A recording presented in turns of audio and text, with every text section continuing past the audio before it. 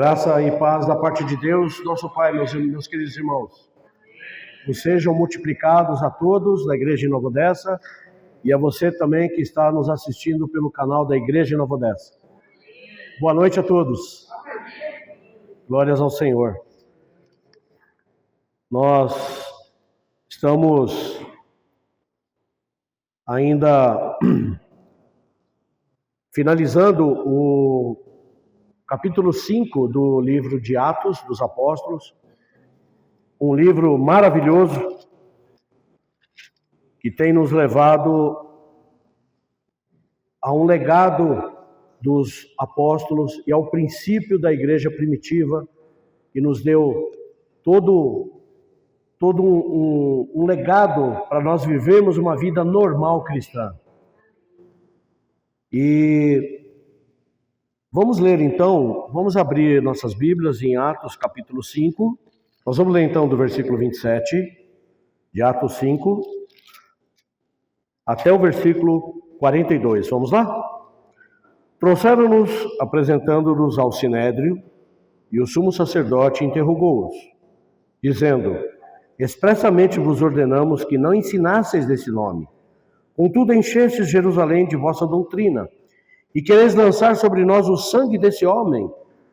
Então Pedro e os demais apóstolos afirmaram: antes importa obedecer a Deus do que aos homens. O Deus de nossos pais ressuscitou a Jesus, a quem vós matastes, pendurando no madeiro. Deus, porém, com a sua destra, o exaltou a príncipe e salvador, a fim de conceder a Israel o arrependimento e a remissão de pecados. Ora, nós somos testemunhas destes fatos, e bem assim o Espírito Santo que Deus outorgou aos que lhe obedecem. Versículo 33 até o 42 é o tema dessa noite. Eles, porém, ouvindo, se enfureceram e queriam matá-los. Mas levantando-se no sinédrio, um fariseu chamado Gamaliel, mestre da lei, acatado por todo o povo, mandou retirar os homens por um pouco. E lhes disse: israelitas, atentai bem no que ides fazer a estes homens. Porque antes desses dias se levantou Teudas, insinuando ser ele alguma coisa, ao qual se alegraram cerca de 400 homens, mas ele foi morto. E todos quantos lhe prestavam obediência se dispersaram e deram em nada. Depois desse levantou-se Judas, o galileu, nos dias do recenseamento, e levou muitos consigo. Também este pereceu, e todos quantos lhe obedeciam foram dispersos. Agora vos digo, dai de mão a estes homens, deixai-os, porque se este conselho ou esta obra vem de homens, perecerá. Mas se é de Deus, não podereis destruí-los, para que não sejais porventura achados lutando contra Deus. E concordaram com ele. Chamando os apóstolos, açoitaram-nos e, ordenando-lhes que não falassem em nome de Jesus, os soltaram. E eles se retiraram do sinédrio, regozijando-se por terem sido considerados dignos de sofrer afrontas por esse nome. E todos os dias no templo e de casa em casa não cessavam de ensinar e de pregar Jesus, o Cristo. Vamos orar um pouco? Pai querido, nós te louvamos, te bendizemos, te exaltamos, porque só tu és digno, Senhor. Pai, em nome de nosso Senhor Jesus Cristo, mais uma vez, Senhor, sê conosco essa noite, abençoando-nos nossos corações, Senhor, limpando tudo aquilo que não é teu. Tua palavra, Senhor, ela é viva e eficaz, ela penetra até o ponto de dividir aquilo que é da alma. Divide, Senhor, essa noite aquilo que é da alma. Mas também, Senhor, coloca em nós e nosso espírito tua santa palavra, movida, motivada pelo Espírito Santo. Espírito Santo, seja conosco essa noite. Permeie nossos corações. Unge, Senhor. Unge a boca que fala, os ouvidos que ouvem. Em nome de nosso Senhor Jesus Cristo, nos consagramos esse tempo para Ti, por causa da Tua palavra. Senhor, nós nos alegramos em Ti. Jesus Cristo é nosso Senhor. Glórias ao Senhor. Muito bom, meus irmãos. Nós vimos nesses desse capítulo 5, e ainda no final do capítulo 4, os nossos queridos irmãos que nos trouxeram as duas últimas mensagens, nos falaram da decorrência desse livro. E 3 foram as tentativas de paralisar a igreja. Irmãos, não dá para paralisar uma igreja cheia do Espírito Santo. Não se para uma igreja cheia do Espírito. Pode vir lutas por fora, pode vir temores por dentro, mas a igreja sempre avança. E glórias ao Senhor. Nós vimos aqui, irmãos, e vamos aprender lições, sábado a sábado, nas mensagens de Atos, o que nós podemos aplicar para a nossa vida cristã. E essas mensagens, a primeira perseguição, no capítulo 4, o ataque foi de fora para dentro, está no versículos 2 e 3, quando prenderam os apóstolos. Atos capítulo 4, versículos 2 e 3.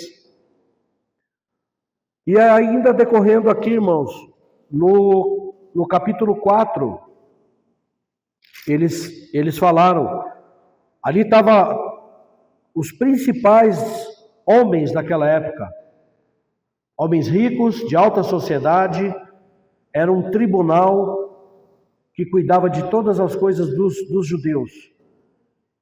Eles, ressentidos porque os apóstolos estavam ensinando ao povo a ressurreição dentre os mortos e anunciando a Jesus, eles foram presos. E no final do capítulo 4, nós vimos ainda que houve uma atitude de Barnabé, onde toda a igreja na época estava entregando os seus bens aos pés dos apóstolos como uma oferta voluntária de coração e amor ao Senhor, para que os apóstolos administrassem. Nós vimos ali a atitude de Barnabé, que ele foi inspirado pelo Espírito Santo, ele foi inspirado pelo amor em ofertar. Quando você oferta, irmão, essas motivações têm que estar no nosso coração. Quando nós ofertamos por amor, inspirado pelo Espírito Santo e para a glória de Deus. Essa foi a motivação de Barnabé. E aí, iniciando o capítulo 5, o Abner nos mostrou, há 2 semanas atrás, uma mentira contra o Espírito Santo. Um ataque, só que dessa vez não é de fora para dentro, mas é de dentro da igreja para fora. Veja, Barnabé reunia na igreja em Jerusalém. Ananias e Safira reuniam na mesma igreja. Mas ali nós vimos que Satanás encheu o coração de Ananias. Devemos tomar cuidado com o nosso coração para não ser enchido com as armadilhas e as astúcias de Satanás, serem enchidos completamente com louvor, com adoração e amor ao Senhor. Isso tem que ocupar o nosso coração. Aleluia! Então nós vimos, o Abner nos mostrou essa mentira contra o Espírito Santo e esse ataque de dentro para fora. E é um profundo contraste entre a oferta de Barnabé e a oferta de Ananias e Safira. Eram todos membros da igreja. A diferença entre eles era a motivação. A motivação de Ananias e Safira foi pelo egoísmo. A motivação de Ananias e Safira foi para a própria glória. E Ananias e Safira foi motivado por Satanás. O Senhor possa nos guardar disso. E a semana passada, o nosso querido irmão Marcelo nos mostrou a prisão dos apóstolos, os milagres. Irmãos, uma igreja cheia do Espírito Santo não para. Ela tem milagres, ela tem curas, ela tem palavra, ela tem a empatia do povo, que muitos se agregavam ao Senhor, entre homens e mulheres. Lucas relata que não eram mais os 5.000, já eram milhares. Já eram muitos que se agregavam ao Senhor, dia a dia, porque havia algo naquela comunidade que alegrava o coração de Deus. Eles cuidavam uns dos outros, cuidavam de todas as pessoas.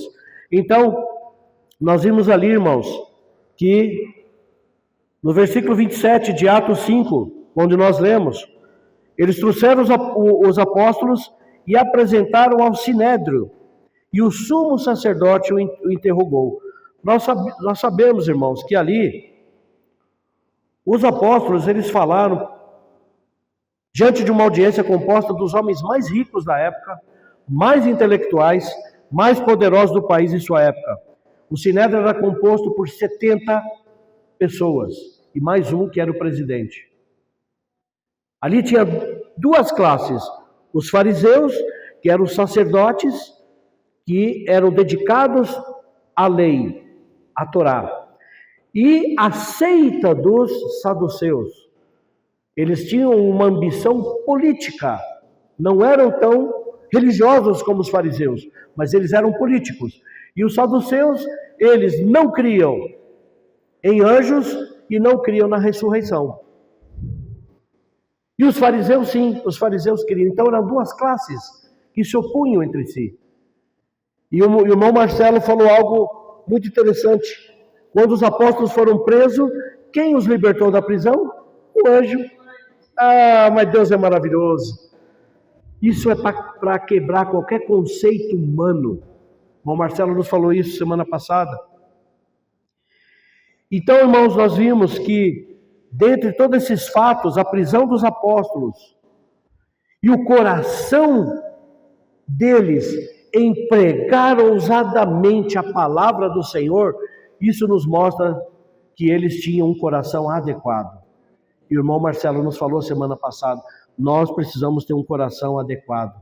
Ele citou o Salmo 51, cria em mim, ó Deus, um coração puro.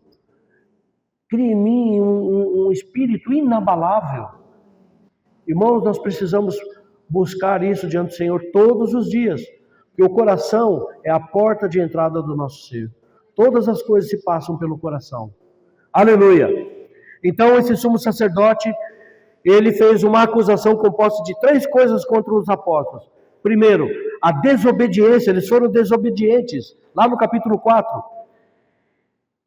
Eles foram desobedientes, irmãos, e eles encheram a cidade com a palavra de Deus e com as palavras da vida, que é a doutrina do Evangelho.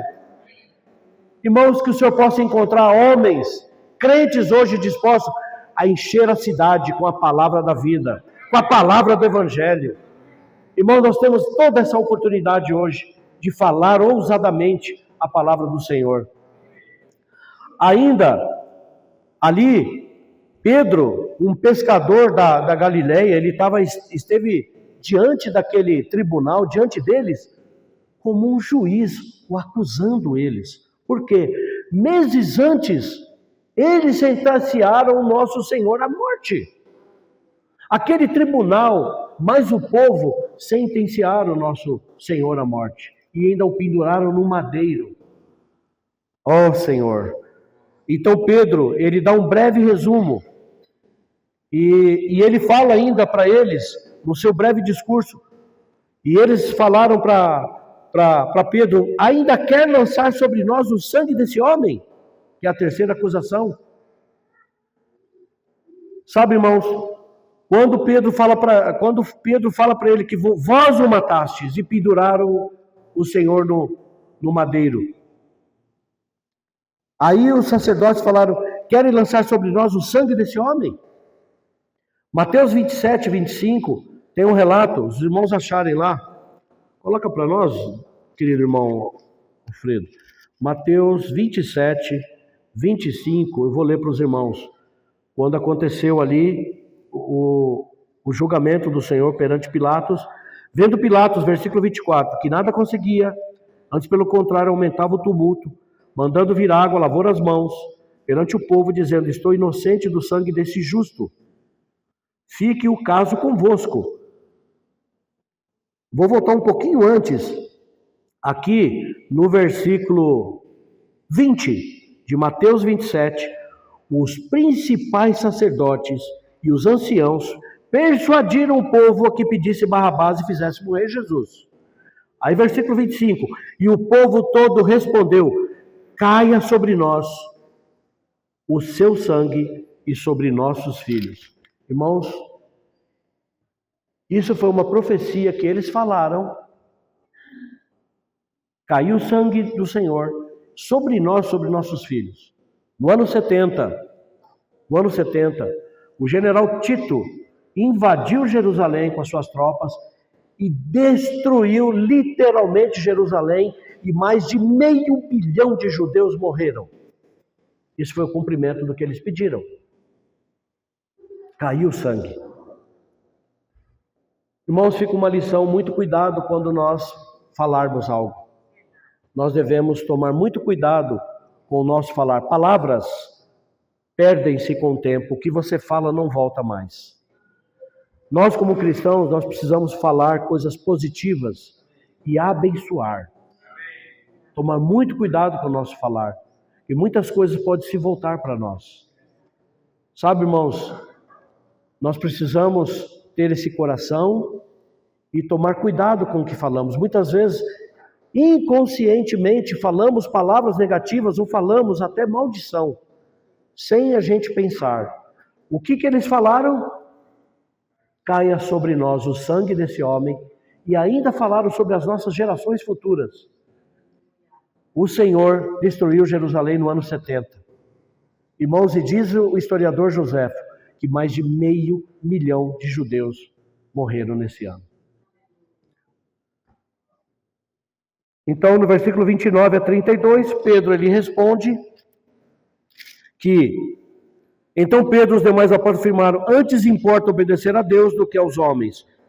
O Deus de nossos pais ressuscitou a Jesus, a quem vós matastes, pendurando no madeiro. Deus, porém, com a sua destra, o exaltou a príncipe e salvador, a fim de conceder a Israel o arrependimento e a remissão de pecados. Pedro estava virado falando para aquele tribunal: olha, o serviço de vocês, finish. Acabou. O que vocês estão fazendo é algo que não agrada a Deus. O que vocês precisam agora é de arrependimento e remissão de pecados. Aquela instituição humana já estava falida. Toda aquela religiosidade já estava falido. Para Deus, não tinha mais efeito algum. E aí Pedro, ele fala de duas testemunhas. Ora, nós somos testemunhas, nós os apóstolos, destes fatos, e bem assim o Espírito Santo, que Deus outorgou aos que lhe obedecem.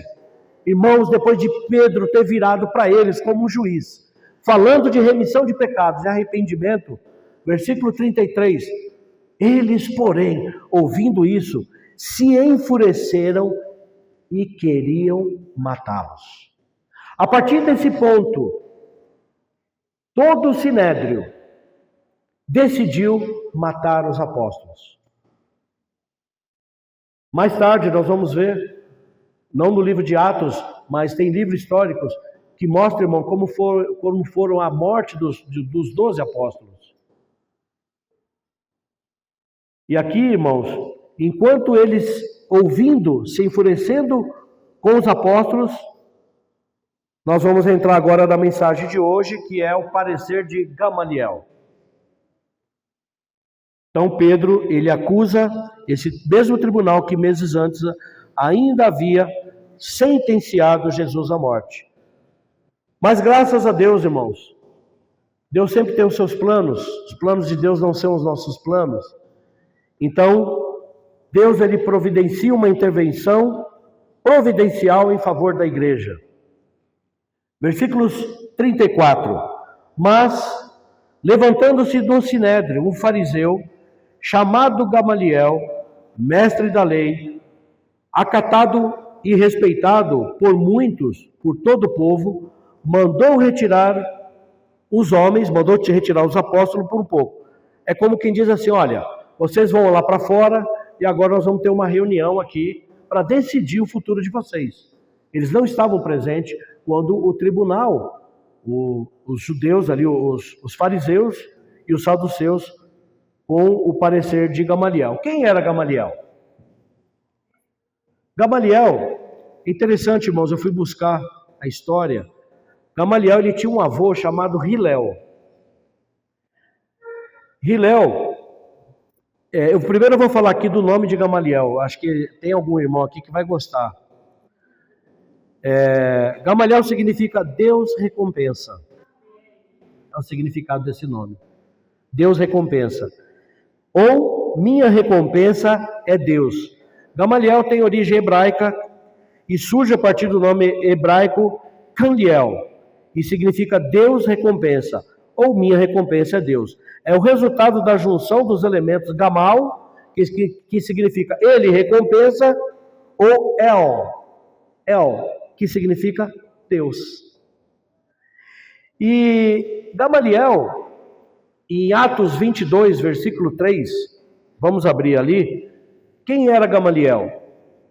Paulo, quando ele apresenta a defesa dele, no versículo 3, ele fala assim: eu sou judeu, nasci em Tarso, da Sicília, mas criei-me nessa cidade e aqui fui instruído aos pés de Gamaliel, segundo a exatidão da lei de nossos antepassados, sendo zeloso para com Deus, assim como todos nós o somos no dia de hoje. Era muito comum um mestre, ele sentava num banquinho e os seus discípulos, aqueles que estavam estudando, eles sentavam-se no chão. Por isso que ele foi ensinado aos pés de Gamaliel. E Gamaliel, ele era neto de Hilel. Hilel foi um grande sábio que nasceu ele era de uma família muito rica, que nasceu na Babilônia, e muito jovem ele foi para Jerusalém aprender numa casa de sábios. E Hilel, ele passou muita necessidade em Jerusalém. Aos 30 anos, ele trabalhava como lenhador. Ele ganhava uma moeda de cobre por dia. Essa moeda de cobre ele dividia para o sustento da sua família, metade ele sustentava a sua família e metade ele ia para uma escola para aprender os sábios falar. Teve um dia que ele não ganhou nada de salário, não ganhou nenhuma moeda. Então nem a família comeu e ele não podia entrar na casa porque era pago. Aí o que ele fez? Ele subiu na claraboia e ficou deitado ouvindo o sermão dos sábios. E era inverno. E ele ficou a noite toda ali e a neve cobriu. Chegaram de manhã na escola, viram que estava um pouco escuro e viram o contorno de um homem. Era o Shabá, mas viram que era Hilel. Aí desceram ele e massagearam ele com óleo. Tamanha era a necessidade dele aprender o Torá. Então, Gamaliel foi neto desse Hilel. E esse Hilel, ele era conhecido por ser sábio, ele preservava o amor, o humanismo, a bondade, a paciência e a humildade. Foi o primeiro dos rabinos fariseus que nasceu na Babilônia. E Gamaliel era neto desse grande rabino.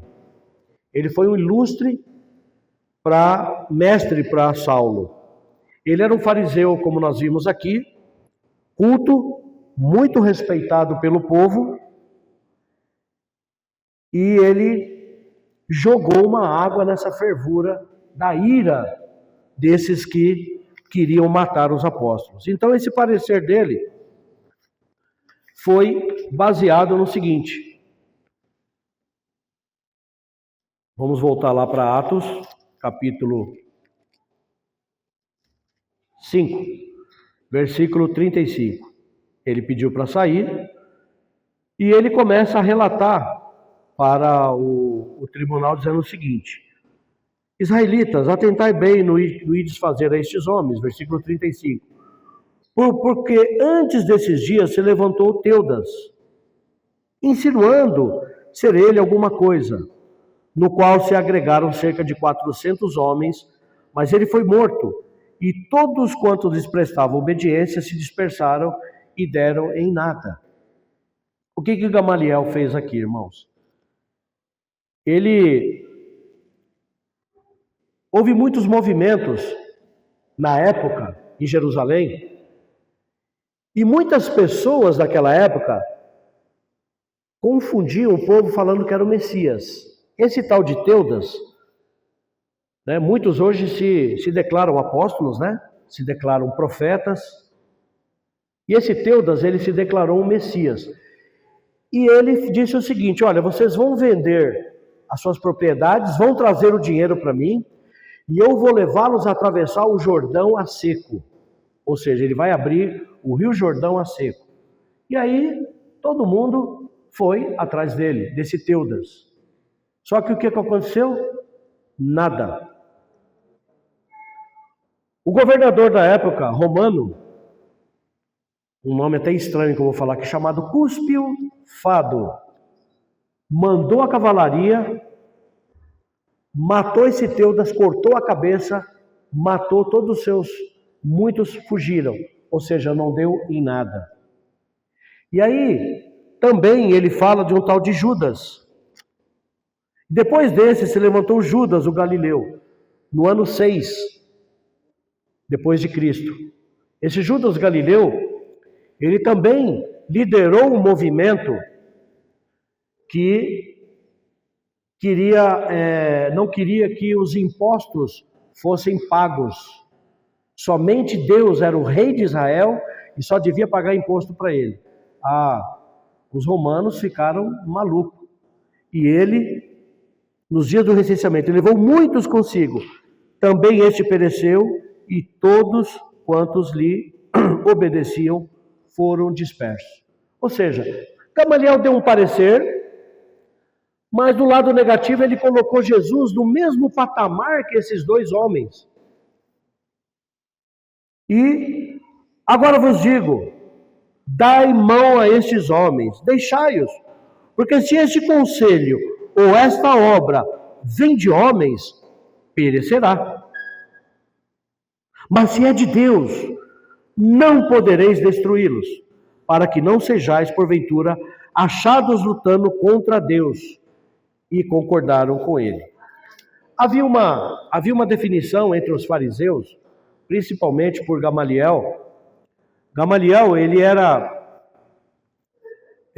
os fariseus, eles tinham uma crença que combinava o destino com a livre ação. Eu vou explicar. Criam que todas as coisas estavam na mão de Deus. Nós também cremos, não cremos? Todas as coisas estão na mão de Deus. E ao mesmo tempo criam que o homem era responsável por suas ações. Nós somos ou não somos responsáveis por nossas ações? Irmão, nós estamos falando de um fariseu, um doutor da lei aqui. Nós temos que ter coisas positivas, que nós também temos que... Então, ele queria que o homem era responsável por suas ações. Tudo está previsto. Entretanto, outorga-se a liberdade de decisão. Ou seja, cada um de nós tem a livre escolha. Cada um tomamos uma nova escolha. Alguns tomam uma escolha errada. Outros tomam a escolha certa. Nós, como cristãos, nós devemos buscar a escolha e direção do Senhor. Temos que consultar o nosso Senhor. Aleluia. E eu vou ler um comentário de William Barclay, muito interessante. Ele foi um ministro da igreja em Glasgow, na Escócia, no século passado. Gamaliel era mais que respeitado, era amado. Era um homem gentil, com uma tolerância muito maior que seus companheiros. Era, por exemplo, um dos poucos fariseus que não considerava a cultura e as letras gregas como pecaminosas e proibidas. Era um dos poucos aos quais lhe foi dado o título de Rabã. Era chamado a beleza da lei. Quando morreu, foi dito, desde que o Rabã Gamaliel morreu, não houve reverência à lei. E a pureza e a abstinência morreram ao mesmo tempo. Puxa vida, irmãos. Então, esse Judas também foi. Esse Judas da época que Gamaliel fala, no ano 6, ele iniciou o movimento dos zelotes. Muito comum, não sei se os irmãos já viram, os zelotes foi um grupo revolucionário naquela época de Jesus, que eles eram contra o governo de Roma. E ele quis dizer, irmãos, que o tempo mostraria esse movimento se iria acabar. Só que ele errou numa coisa. Gamaliel mostrou que o tempo mostraria se esse movimento dos apóstolos iria acabar. Irmãos, glórias ao Senhor. Segundo alguns dados, hoje nós somos mais de 3 bilhões de crentes espalhados na terra. Aleluia! Glórias ao Senhor. E o Senhor, quando fala em Atos, capítulo 1, versículo 8, vós sereis minhas testemunhas, tanto em Jerusalém, Samaria, Judeia e até os confins da terra. O Evangelho chegou até nós. Nós estamos no confins da terra, irmão. Cada um de nós, o Evangelho alcançou eu e você. No ano que nós estávamos, na condição que eu e você estávamos. Alguns há mais tempo, né? Alguns há muito mais tempo que eu, ou que você. Mas graças a Deus. E aí, vamos continuar o texto. Versículo 40. Chamando os apóstolos, açoitaram-nos e ordenaram-lhe que não falassem em o nome de Jesus e soltaram. Quantos açoites vocês acham que eles tomaram? Acho que foi um açoite. Era muito comum entre naquela época tomar uma quarentena de açoites menos um. 39 açoites. E os açoites, irmãos, eram feitos com aquele chicote de couro. E não era só nas costas, era no peito e nas costas. Era alternado. Eram 2 chicoteadores. Um dava no peito e o outro do outro lado dava nas costas. Então eles contavam 39 açoites. É uma quarentena menos um. Ali todos os apóstolos foram açoitados. Irmãos, que dor para eles. Será que eles sentiram dor? Versículo 41. E eles se retiraram do sinédrio, regozijando-se, por terem sido considerados dignos de sofrer afrontas por esse nome. Irmãos, eu e você, nos dias atuais, somos considerados dignos de sofrer afronta? Nós quase não sofremos afrontas nenhuma. Nós vivemos num país ainda livre para pregar o Evangelho. E eu, desfrutando dessa mensagem, acho que os hinos que nós cantamos hoje falam muito do Evangelho. Sabe, irmãos, nós estamos ainda num país, ainda por enquanto, livre para falar ousadamente do Evangelho, para falar as palavras dessa vida, encher da doutrina do Evangelho. Nós, muitos que estão ainda em atividades de trabalho, não temos tempo para sair, mas nós podemos falar no ambiente em que estamos. Então eu orei ao Senhor e falei: Senhor, eu quero resgatar aquele desejo de falar do Senhor, as boas novas. E quando nós nos convertemos, eu não sei a experiência dos irmãos, quando eu me converti eu era um tagarela, falava de Jesus, falava desimpedidamente. E a primeira pessoa que eu preguei foi uma senhora de 72 anos, a minha mãe. Catolicismo, e graças ao Senhor, para a glória do Senhor, ela se converteu. A segunda pessoa, eu preguei o Evangelho para um sobrinho, um casal de sobrinhos meus. Hoje ele é pastor de uma grande congregação no Rio de Janeiro. De vez ou outra ele manda: tio, sou seu filho, hein? Sabe, irmãos, nós, com o passar dos anos, nós esquecemos. Os apóstolos pregavam ousadamente. A igreja primitiva não se escondia. Ela se reunia entre as colunas do templo, no pórtico de Salomão, no lugar visível, onde todo mundo passava, via a igreja reunindo. Muitas vezes nós nos escondemos em nós mesmos. Não mostramos nossa credencial que somos um cristão. Por quê?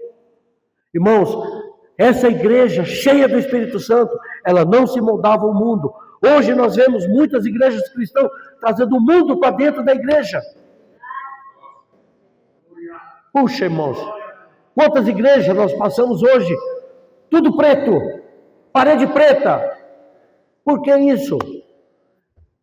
Se moldando às condições humanas do mundo. Para quê? Para atrair pessoas. Então, para atrair pessoas, eu preciso pintar uma parede preta, pintar do lado de fora, fazer alguma coisa para atrair. Mas o que atrai é a pura palavra de Deus. A palavra falada, a palavra ministrada. Nada pode substituir a palavra de Deus. A obra do Espírito Santo. Hoje, Cristo tem entrado em algumas igrejas como centro de novo. Cristo perdeu o centro em muitos grupos cristãos, muitas igrejas assim que se colocam como igreja. Quando Cristo perde o centro, o Espírito Santo não atua, o Espírito Santo não faz mais a obra. Hoje nós temos visto, irmãos, domingo, que cena maravilhosa aqui. Você foi ou não foi tocado pelo Espírito Santo? Domingo aqui, irmãos, eu fui enchido um pouco mais com o Espírito Santo. Nós precisamos ter essas experiências, irmãos. As experiências do início da nossa salvação. De quando nós éramos intrépidos. De quando nós estávamos cheios de Cristo. E falávamos desimpedidamente às pessoas. Nós não podemos esconder quem somos, irmãos. Que Deus seja glorificado. Essa igreja desafiava. De novo, todos os dias. Não cessavam de ensinar. Eles iam atrás das pessoas dizendo que Jesus é o Cristo, que Ele ressuscitou dentre os mortos. Aleluia! Puxa, irmãos, que glória é isso! Às vezes nós sentimos vontade de viver numa igreja como essa, mas nós vivemos na igreja hoje nos tempos atuais, onde nós podemos, irmãos, aqui louvar o Senhor, engrandecer o nome do Senhor, sentir a presença do Espírito Santo.